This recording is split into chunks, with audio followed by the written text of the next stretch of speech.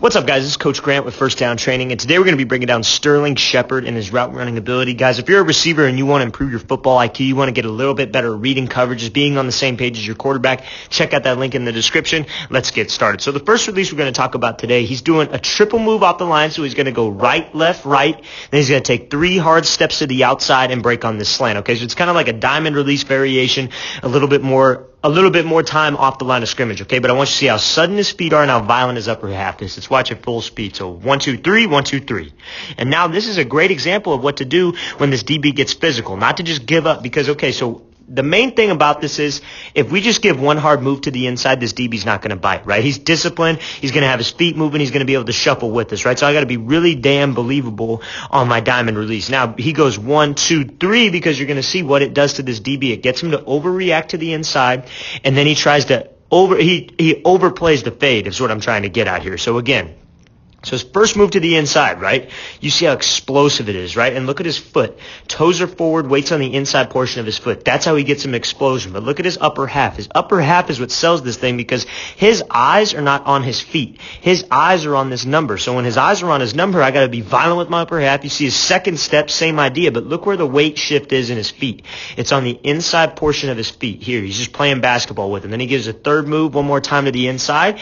And you see what it does to this DB. He's sitting inside. He's off balance. He's biting on this inside move, right? Because he thinks, because I'm selling with my upper body, that I'm going to the inside. I'm going left foot into the inside, right foot, then back to the inside. He thinks I'm just coming off of a normal double move, but I got to keep a good pad level so I don't pop my chest up and he could just pop me right in the chest and knock me off this route, right? So I got to be explosive with my feet and then violent with my upper half. Now you see how he does a good job of getting hands on this receiver, but the main thing about this is we can't just panic when he gets hands on us.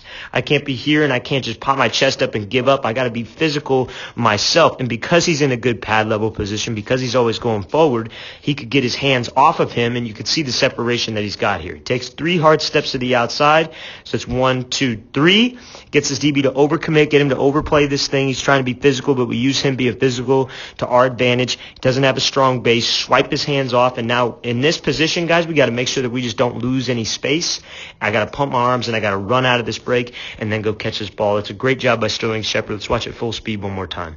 So 1, 2, 3, 1, 2, 3. Get the hands off of him, be physical, and then accelerate off this break, go catch this ball. So he's going to be working this route. He's going to be running a dig route here off of a double move.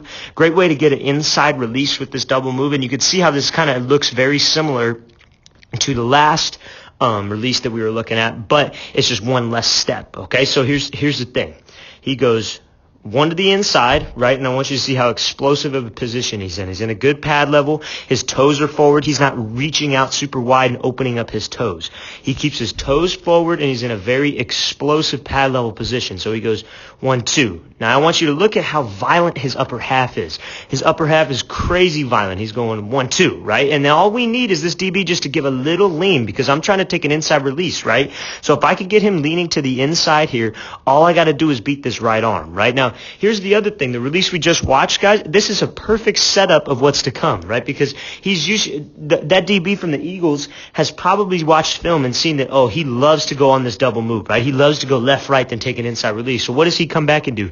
Left, right, left, break up outside, then come back to the inside, okay? It's just about having different things in your arsenal. It's all a setup, guys. Everything that we do is a complete setup. Now, this is a perfect example of what to do before. This is what sets up the last release, but I just wanted to show you how that all ties together. So you see 1, 2, get him leaning, and now let's take the inside. Let's work to take this inside release. Let's fight those hands here. We got to be physical at this point of the route, right? I got to fight his hands. I got to use that windshield wiper, get his hands off of me. And now you see when we're in this position and we got 50 plus yards to work with, probably not 50, but maybe 30 yards to work with, and he doesn't have hands on me, that's easy money for me. I could just take this thing across the field. He's going to be playing catch up the whole time. All the quarterback has to do is get the ball in front of me. That's a great job by Sterling Shepard working this dig route. Let's watch it full speed one more time. So 1, 2, take that inside release, get those hands off of him, be physical, don't be afraid of the contact. Because you see how he's not a very He's not the biggest receiver in the world, right? Obviously, he's probably a lot bigger than me, but he's not the biggest guy in the world. And this DB is a bigger guy, right? This kid is either a linebacker walk down or a strong safety walk down. So smaller guys, we just got to be sudden with my feet. I got to understand range, got to be violent with my upper half, but always stay in an explosive pad level position off the line of scrimmage. Okay, so now we're going to talk about this catch, not so much this route here. Pretty, I would say basic route. It's kind of like almost a pick play, like a fake rub. And he's going to take this thing up the sideline. Let's watch at full speed. So almost like they're faking the screen here, and then they're throwing this thing to him over the top for a touchdown. Now, the main thing I want to talk about is when he fakes this screen here, when he gives this kind of bluff, I want you to see how he's fully committed to it. You know what I mean? He's attacking this DB. He's not afraid of the contact. What a lot of guys do on this is they'll run away from the contact. That doesn't sell it, right? He's not afraid of the contact. He's not afraid of him getting a little bit of hands on him. And then he avoids it, gets those hands off, and now this DB knows that he's screwed up, and then Daniel Jones throws this thing over the top. Now, here's the thing about the catch, right? In traffic. Now, a lot of people would do, it's an underthrown ball, I'm going to go up and get this thing, right? But if I go up and get this thing, I know I'm going to get popped. And if I show my hands early, like let's say he's here and he shows his hands too soon and he tries to high point this thing, he knows that this DB is going to either rip through his hands or he's going to pop him just right in his chest plate and probably knock the ball out, right? So what does he do? In traffic, guys, late hands. When you give late hands like this, look, DB can't even react. He's throwing this hand up right here. Not even reacting to the ball. He doesn't know when the ball's coming. Late hands. He doesn't even know. This DB can't make a play. That's a great job by Sterling Shepard showing late hands in the red zone, catching this thing in traffic. That's how you can catch in traffic in that situation, right? There are times where we're maybe going over the middle where I want a strong grip and I want to be violent to the tuck. Then there are times where I'm in double coverage. This safety's coming over the top